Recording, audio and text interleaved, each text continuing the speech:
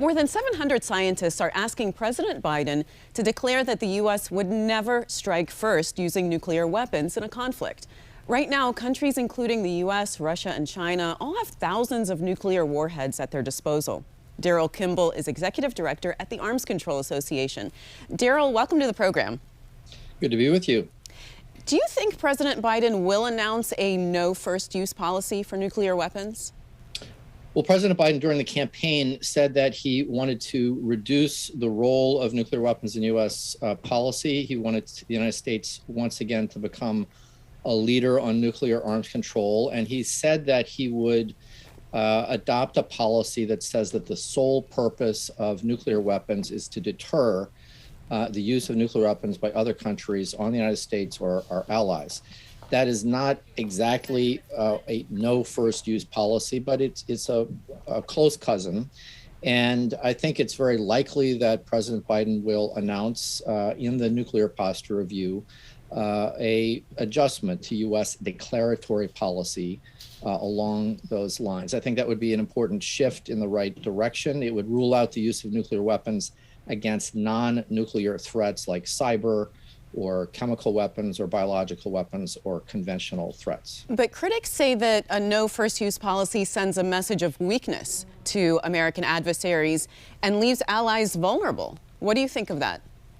Well, I disagree with that assertion because a policy that says that the sole purpose of nuclear weapons is to deter nuclear attacks still leaves open the possibility that the United States will respond with nuclear weapons if Russia or China or some other country uses nuclear weapons against the United States or our allies.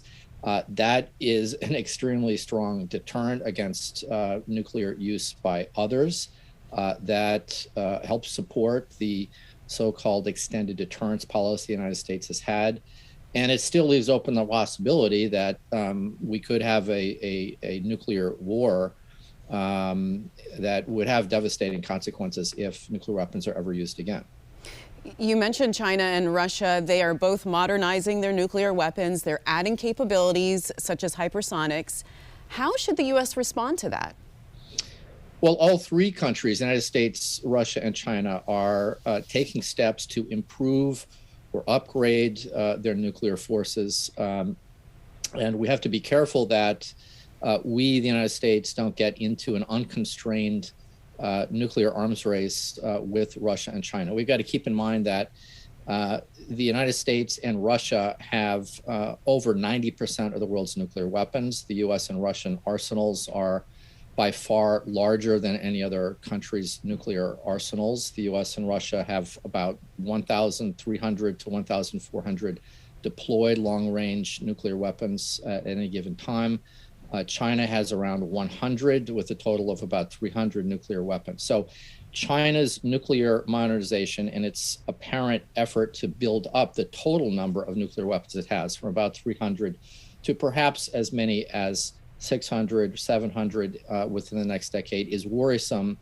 But we should not rush ahead, build up our forces.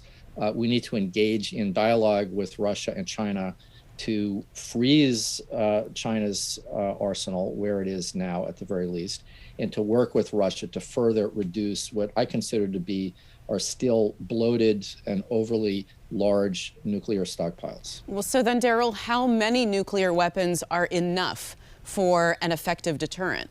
And how do you determine that?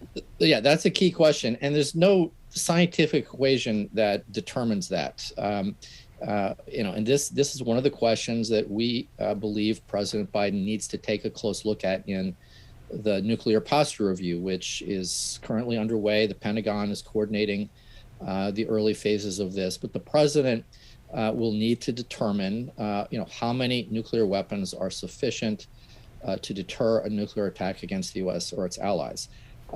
Some have argued that it just takes a small handful, a few hundred nuclear weapons rather than over 1,000. We at the Arms Control Association have recommended that the United States and Russia can both cut by 1/3 the total number of deployed strategic weapons and still have more than enough nuclear weapons to hold at risk military targets in Russia or by Russia in the United States, as well as in China. So there's room to go down. There's certainly no reason to go up. And I would add that the cost of the U.S. nuclear arsenal, the Russian nuclear arsenal, is enormous, especially when we're talking about, in the United States, replacing all three legs of the so-called nuclear triad. I wanted to ask you about that, Daryl, because I want to know what you're recommending specifically regarding the modernization of the nuclear arsenal and the triad. Well, we've done some detailed analysis in the last several years, and we've seen that the United States can save hundreds of billions of dollars by slowing down or reducing the size of the delivery platforms, the number of platforms, the number of submarines, or in the case of the land-based leg of the triad, the intercontinental ballistic missiles, we could extend the life of the Minuteman III missile for another 20 years and forego the production and development of an entirely new class of ICBMs and save tens of billions of dollars each year, amounting to almost $100 billion over the next 10 to 20 years. All right. Well, Daryl, thank you very much for being on the program. We appreciate your time. Thank you.